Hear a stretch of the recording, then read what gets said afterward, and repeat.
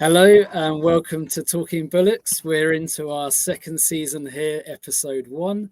As you can see, there's a couple of Bullocks here. We're talking and we're discussing football in the African continent and beyond. Season 2, because it's the kickoff of the new football season, so we thought that was good timing to introduce a wealth of guests that we have with us. And I'm going to hand over to Chris now to introduce our first very special guest. Hi, everybody. Welcome back to Talking Bullocks. And yeah, good to be back for a new series. And we have a special guest today. We decided that we're going to go and talk about something a little bit different. And we've got an award nominee with us, a recent nominee for a very special award, but we'll go into more detail about that later. We're very pleased to have with us Nozibusiso Sibiya, who is wears many hats, a very powerful woman within the sports industry here in South Africa. But Nozi, rather than me try and introduce you, why don't you introduce yourself? Hi, Chris, and I would also like to say hello to the viewer. Okay, I'm Nozibusiso. Viewer, hopefully more than one viewer. Hopefully viewers. You know what? So in journalism school, we were taught that you say hello to the viewer so that the person that's watching, they're like, okay, they're talking to me, right? So yeah, but yeah, Nozi means Nozibusiso. Actually, it means mother of blessings. So if a Zulu person says their name starts with a Nozi, it's a mother of whatever that name is. So yeah, Nozibusiso means mother of blessings. I'm from a village called Gwambonambi in rural Richards Bay, and yeah, I fell in love with football in 1998 after watching Benny McCarthy scoring 4 goals against Namibia. I hope Namibian people don't get offended by this, but yeah, I fell in love with we do have a lot of Namibians watching, so I fell in love with football from that time onwards. And yeah, I actually fell in love with football because my mom and my grandmother love football, so it's a family thing. My grandmother also loves athletics, and she loves Orlando Pirates. And when Orlando Pirates is playing, she always feels like when they're losing, she always feels like the goalpost is a bit steep on their side. So yeah, that's my story. Brilliant. Well, it's good to have you on with us, Nozi. Let's jump straight into talking about your exciting news you got yesterday. First, we'd like to congratulate you on your nomination for the 2024 Momentum G Sports Awards. Let's start by you telling us a bit more about what those awards are and what you've actually been nominated for. Okay, so the award specifically represents women in sports in South Africa and Africa as a whole. And they nominate different women, like in journalism, there's women in TV, women in print media and digital, and also women in radio. And I was nominated this year for the women in print media and digital because of the stories that I write for the SABC Sports website. And yeah, it's exciting to be nominated. I think when we were talking about it yesterday, I laughed throughout when we were talking about it because I just couldn't believe it. You know, when you're working because you love what you do, but you never ever really think that you'd get nominated or get recognition or that people are actually watching what you're doing. Okay, great. And is it an award that people vote for, or is there going to be a sort of panel that choose the winner? It's an award that people vote for. I will share the link later today, but yeah, people have to vote for it. Great. So maybe at the end of the podcast, we'll just need to get it out there how people can vote for you. Yes. Anyway, so yeah, tell us a bit more. So for a young lady who obviously grew up in sort of rural South Africa, what does it mean to be recognized for an award like that?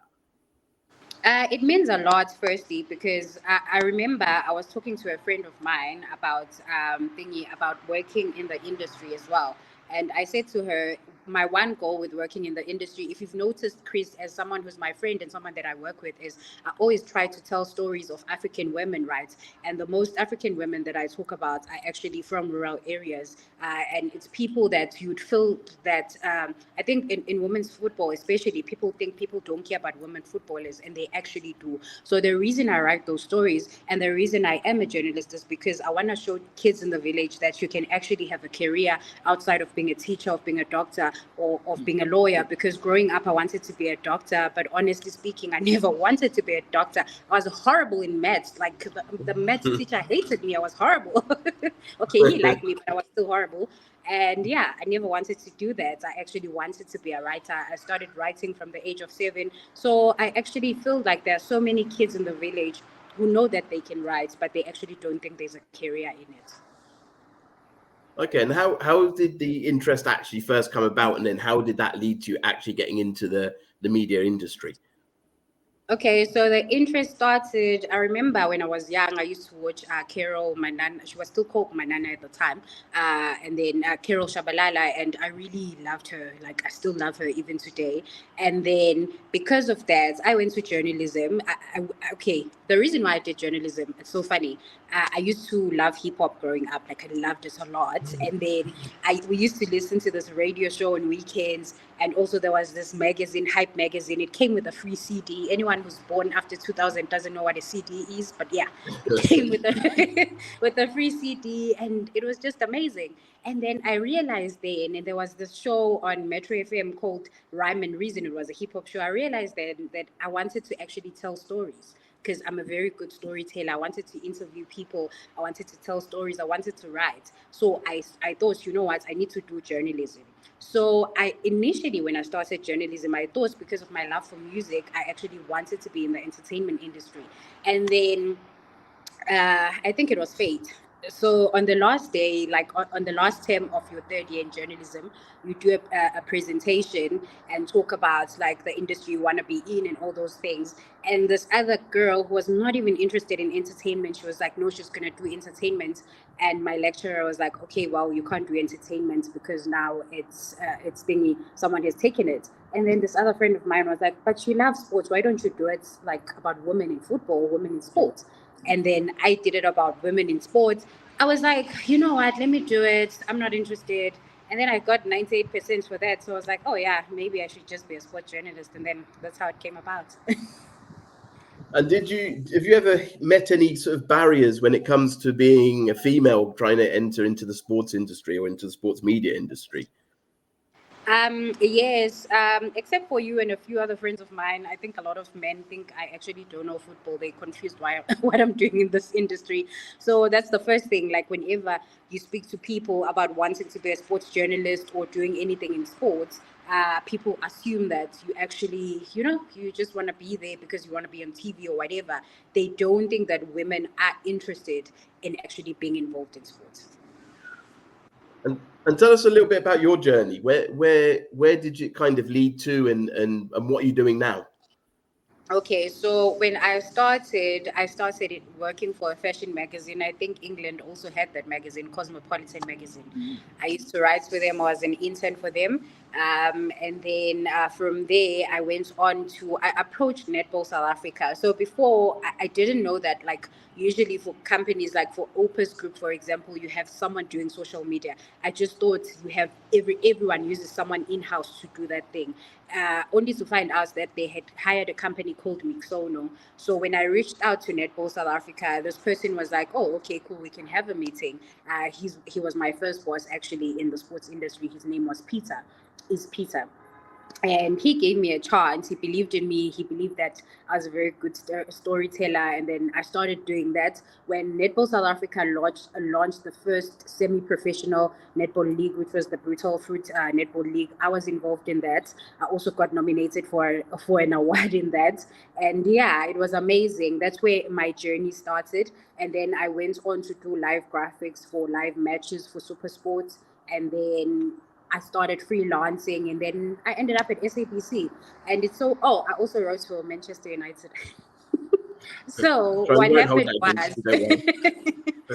happened was, the editor at Manchester United reached out on LinkedIn.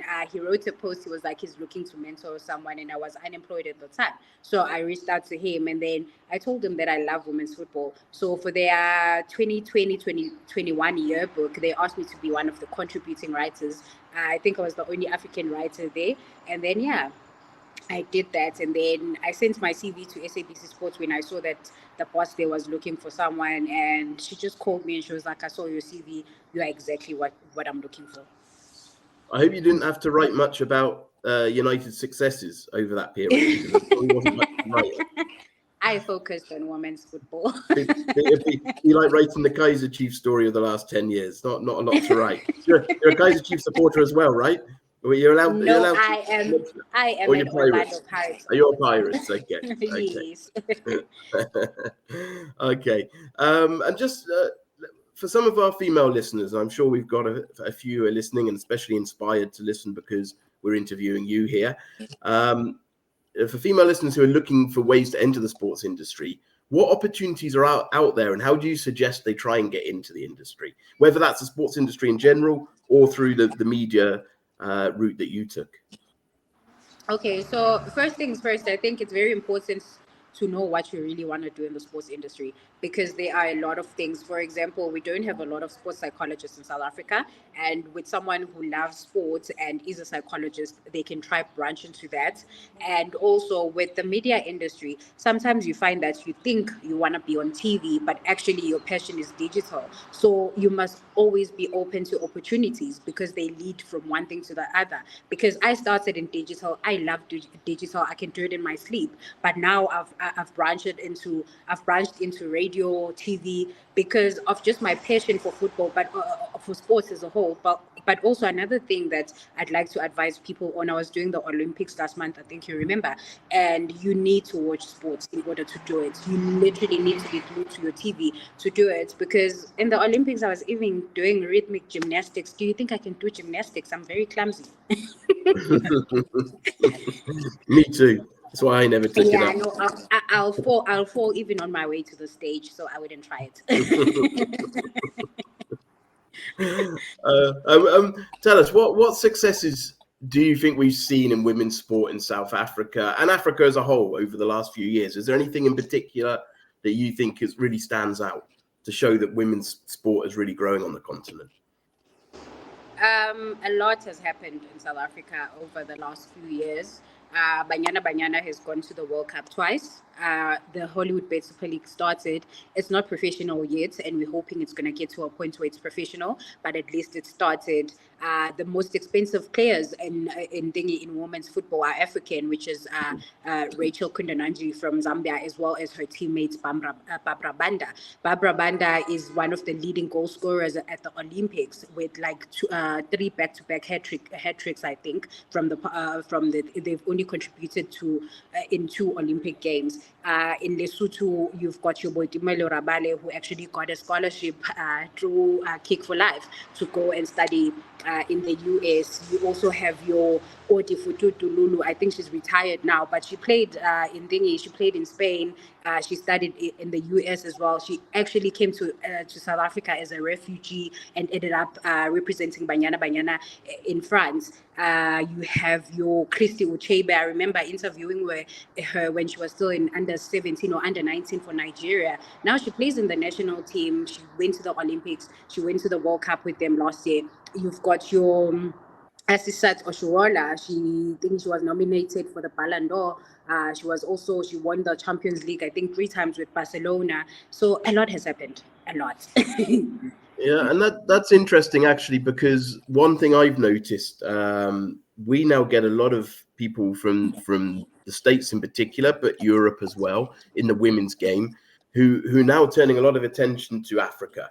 That want us to maybe recommend players to them or bring them players who are similar to a Banda or a Khatlana and a lot of the others that have had a lot of success there. And they're starting to realize now what talent actually is in Africa, and everybody's now looking for African players in the women's game. So I think that's very relevant to what you've just said. Yes, it has grown a lot, and it's actually inspiring. Like when you look at how far we've come, and also the performances from Banyana in the World Cup. You'd remember that a lot of Banyana players play in a semi-professional league. They've got full-time jobs, but also making it to the last 16 is actually a very big deal. So I feel like it's growing, even though it's not growing at a pace that we'd all like, but it is growing. And for those of us who are either from Africa or probably been in Africa long enough to feel like we're from Africa, we obviously know there's a lot of sort of I guess, cultural norms in Africa when it comes to the role of females in society. There's other negative issues that we know about that affect women in society in Africa in particular. Do you feel the growth of women's sport in Africa is helping to tackle some of those issues? I think it is helping, but also I think it's also contributing to it not growing, because as someone who runs a foundation as well, I remember I was talking to my brother yesterday, and they've got his team is one of our beneficiaries, and they're playing in a girls' league, and he was saying that like the parents don't want the kids to go play because it's like, no, this one needs to clean, this one needs to do that. And it's actually very confusing when it's a parent who's got a boy and a girl in the team, and then they're like, no, this one needs to cook but the boy can go, and it's just like, but they're the same age, you know. So I think it's kind of like holding it back. But I think with more education and more success in the senior levels of the women's game, then it will at least bring ease to the parents, because we need to remember that Africa is still not very safe for young girls as well. So I think that the concern also comes from that, because and the men in the thingy, football is still a man's world. So I think the parents are worried that, is my child going to be safe being under this man or whatever. So I think it also comes from that. Yeah, and we when I was working in women's football in Lesotho, we actually came across, especially at the start, some of the thinking was they shouldn't be going out to play football on a Saturday or a Sunday morning because they meant to be at home and cleaning the house and cooking. We had parents that were worried that their girls were going to become boys or start behaving like boys, and that I saw a lot of that when I was first, and I think it changed gradually. And like you said, hopefully the success of women's sport now and is changing those perceptions. So yeah, we'll see what happens in the next in the coming years, I guess. The one thing you touched on just then was your foundation. So maybe just for a minute, tell us a little bit about what your foundation is. Okay, so my foundation it started because of my big brother. My big brother has been a development coach for the past I think 15 years. And I realized that with all the kids that he coaches, because he's not coaching them to be professional players, but they grow up to be very successful. And like, even if they drink alcohol, but they like decent human beings. So I started when I was unemployed, I started collecting soccer boots so that I could take them back to the village. And it's so amazing what people are willing to do. It's just that we never asked them to do it, because I asked people to donate, and I ended up donating about 85 soccer boots. And only 25 was from Adidas South Africa, but all the rest were just from random people who didn't even know me. So I think, yeah, that's my foundation. We focus on development football at the village of Kwambonambi, where I come from. Right now, we're just sticking there so that we know that we are growing, we can see the growth, and then maybe in the next few years, we can move on to other areas. And how can people donate to the foundation? If people have got boots, for example, how can they donate to the foundation? They can reach out to us. We've got a Facebook page, and we also have an Instagram page on Nozibusiso Foundation. And then, yeah, they can reach out to us. We're very active, so they can reach out to us, and then we can just come collect those soccer boots. Great. And we'll also make sure we share those details as well when this goes out. So just finally then, tell us what's next. What's next for Nozi? What's next for me? Okay. For this year and the next year, I think people are still going to see more of me on TV, on SABC 1, 2, and 3, and also on Ukhozi FM, on SABC Radio, but also more of my writing, man. And yeah, in the next few years, I think the goal is to end up in Sky Sports. That's the goal, or BBC. Very nice. And we're looking forward to seeing that ourselves. So I watch it every morning. So I'll be looking forward to seeing on my TV screen here in the mornings of my coffee. Thank you. So just finally, can you give us your final message to young aspiring females that want to follow in your footsteps and make their mark in the sports industry? I think my final words would be, firstly, don't let anyone tell you that you can't do something. The reason why you want something is because you know that you can do it. Secondly, I think now, because we go to psychologists, we all talk about generational trauma, right? And I feel like we hardly talk about the kind of courage and blessings that our parents passed down to us. So the fact that your mom could raise you and now you're a decent human being, or your father, that means you were raised by strong characters, so that strong character is going to carry you in such a difficult industry. So I think that's the one thing. We just need to believe that we can do it. And yeah. Fantastic. And are you able to tell us, just before we go now, because we're just wrapping up, but are you able to tell us how people can vote for you in the awards, or is that still to be announced? So they can just go to the gsports.coza thing. It's www.gsports.coza website, and then they go to voting hall, and then they'll see my name there, and then they can just click on it. Fantastic. So that's gsports.coza. Sorry, I'll do that again. gsports.co.za for anybody that does want to go and check that out. And we'll share that when we put this out.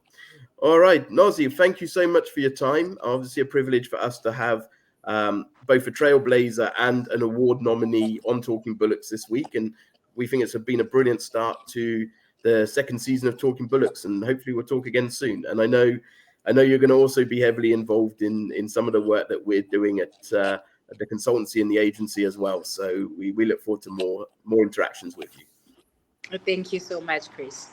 Great stuff. Thank you. Great to meet you, Nozi. Well done. Thank you. Great start to season 2. Loved it. See you soon. Bye. Bye.